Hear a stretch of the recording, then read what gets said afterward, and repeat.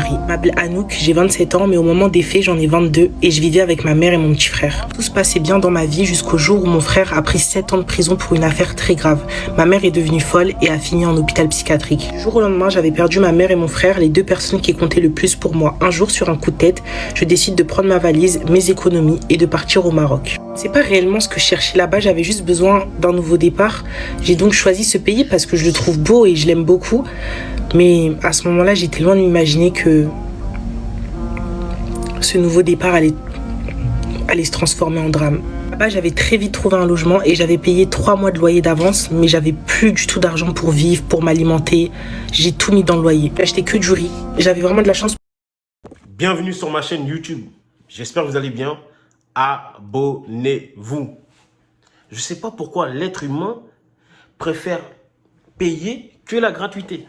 Il y a juste à cliquer sur la cloche, vous vous abonnez, c'est fini. Abonnez-vous.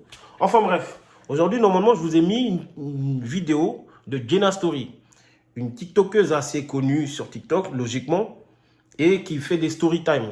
Elle aime bien se mettre dans la peau des personnes, des histoires en fait qu'elle raconte. Voilà, excusez-moi. Et donc aujourd'hui c'est l'histoire d'une femme qui a perdu sa mère et son frère a pris 7 ans de prison. Vous voyez? Donc elle décide de changer de pays suite à un burn-out. Voilà. Donc dans tous les pays, elle choisit le Maroc parce qu'elle aime bien le Maroc. Elle y va là-bas, elle avait quelques économies de côté. Elle a réussi à trouver un appartement. Avec ses économies, elle a réussi à payer 3 mois de loyer en avance. Donc jusqu'ici, ça va. Mais entre-temps, elle galère, elle n'a pas de boulot, donc elle ne sait plus comment faire. Elle allait tout le temps dans un magasin. Et il y a un monsieur qui la voyait tout le temps. Il y a un monsieur qui l'avait vu. Et un de ces quatre, il prend son courage à deux mains. Il décide de venir lui parler. Il lui dit, mais j'ai l'impression que je te vois tout le temps et on dirait que tu es en difficulté financière. Donc c'est comment? Elle fait la timide au début et après, bon, elle se lâche un peu. Et ouais, elle lui dit oui. Et après, bon, bah, entre-temps, elle le kiffe. Elle le trouve beau gosse. C'est son style. Et le mec, il la prend en voiture, elle le suit sans problème.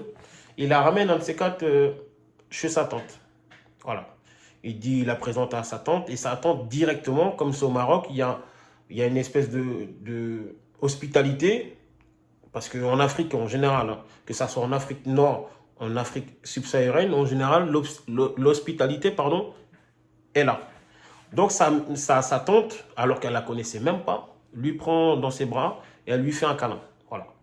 Donc il commence à parler, elle raconte tout à sa tante, à la tante du mec. Et le mec, entre-temps, il a laissé la meuf avec sa tante et il est parti. Et sa tante lui dit, ouais, c'est mon neveu, il a des frères et sœurs, etc. Elle n'était pas rassurée parce qu'elle connaissait personne. Et elle connaissait que le gars. Mais elle a bien réussi à sympathiser avec la tante. Et comme je vous ai dit, elle a tout raconté. Voilà. Sa tante, elle a dit OK. Elle l'a gardé sous son aile. Elle a un peu hébergé. Donc, pendant un certain temps, elle n'a pas revu le mec qui l'a ramené là-bas. Vous voyez? Et un de ces quatre, il revient. Ils ont des jeux de regard. Ils ont des jeux de regard. Ils se parlent, ils se parlent, ils se parlent.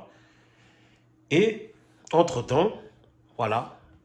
Un soir comme ça, voilà, l'impensable arrive, c'est-à-dire ils couchent ensemble. Voilà. Ils couchent ensemble, donc il lui dit, écoute, j'ai fauté, parce qu'il faut savoir que là-bas, coucher avec une femme, entre guillemets, ça doit être sa femme. Ça doit être ta femme si tu dois coucher avec une femme. Donc il décide de la marier, elle lui dit, ok, bon, je suis prêt, il n'y a pas de souci. Et pardon, excusez-moi. Il la marie, donc jusqu'à là tout va bien. Et un de ces quatre, elle découvre, on peut parler avec une femme et tout. Elle a l'impression que il est beaucoup plus amoureux qu'avec elle. Parce qu'elle lui dit, elle lui fait le reproche de j'ai l'impression que tu ne me regardes pas ou que tu n'es pas amoureux de moi. Et en fait, lui, il lui dit tout simplement oui, effectivement, tu as raison. Je ne suis pas amoureux de toi. Mais dans certaines relations, il n'y a pas besoin d'aimer quelqu'un pour être en couple, pour aller loin. Il faut juste l'attirance, mais on n'a pas besoin d'aimer. Bon, ça, c'est son point de vue. Hein. Et donc, du coup, un jour, quand elle découvre qu'il est en train de parler avec une autre meuf, elle sent que le regard qu'il n'a pas avec elle, il l'a avec cette femme-là. Elle a compris. Elle dit ok. Un de ces quatre, du coup, elle sort de chez elle. Elle était chagrinée quand il a fini de lui dire ça.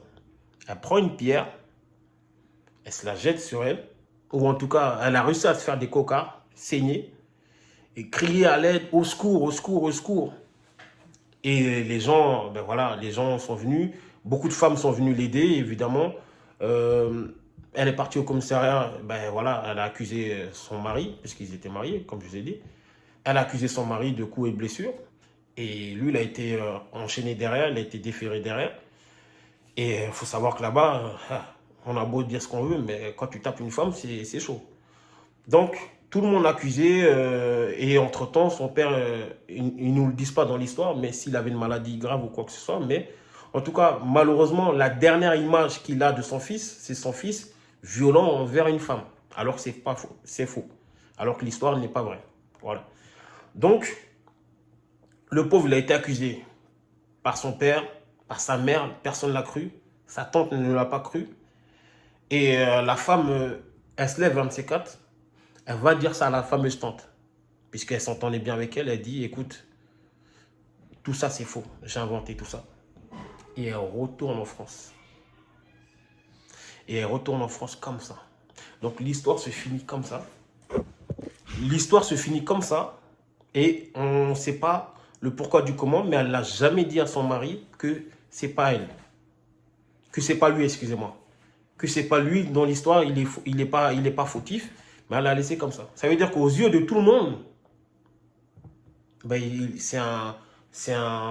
comment ça s'appelle? C'est un agresseur, il bat les femmes, etc. En fait, en une seconde, elle a fait changer la vie de ce monsieur-là. C'est-à-dire en mal, hein, bien sûr. Ça veut dire qu'en fait, on est tellement dans une époque où une femme, il suffit qu'elle dise juste un truc, on la croit. Et j'ai envie de dire, tant mieux quand elles sont vraiment victimes. Mais de l'autre côté, quand il y a des victimes, c'est-à-dire qui sont accusées à tort, la parole médiatique est tellement énorme, la parole des autres, des passants, de la famille est tellement énorme, quand ce n'est pas vous, que c'est énorme. C'est-à-dire que certaines personnes ne tiennent pas. Ce n'est pas tout le monde qui peut avoir le mental de tenir quand on t'accuse des choses que tu sais que tu n'as pas fait. Donc, dans cette histoire-là, le mec, la moralité, c'est qu'il n'aurait jamais dû lui adresser la parole à cette femme-là. Il aurait dû la laisser dans sa merde. À trop vouloir aider les gens, et ben voilà, vous vous retrouvez dans la merde. Et là, c'est réel, c'est ça. Il a voulu l'aider, il l'a aidé, et c'est lui qui se retrouve dans la merde. Il se fait passer pour un agresseur de femmes. Vous voyez? Donc, qu'est-ce qu'on peut faire? Moi, il y a trois choses, excusez-moi, il y a trois choses qui me font peur. Partir en prison pour coups et blessures, donc violence conjugale. Me mettre avec une femme et à savoir ou apprendre un de ces quatre que c'est pas mon enfant. Et la troisième, c'est d'être accusé d'agresseur ou de V. Ces trois-là, je pense que ça doit être une chose où nous les hommes, on se raccorde dessus maintenant, de nos jours en tout cas. Moi, ça va. Je n'ai pas de carrière encore. Mais vous imaginez si j'étais une star.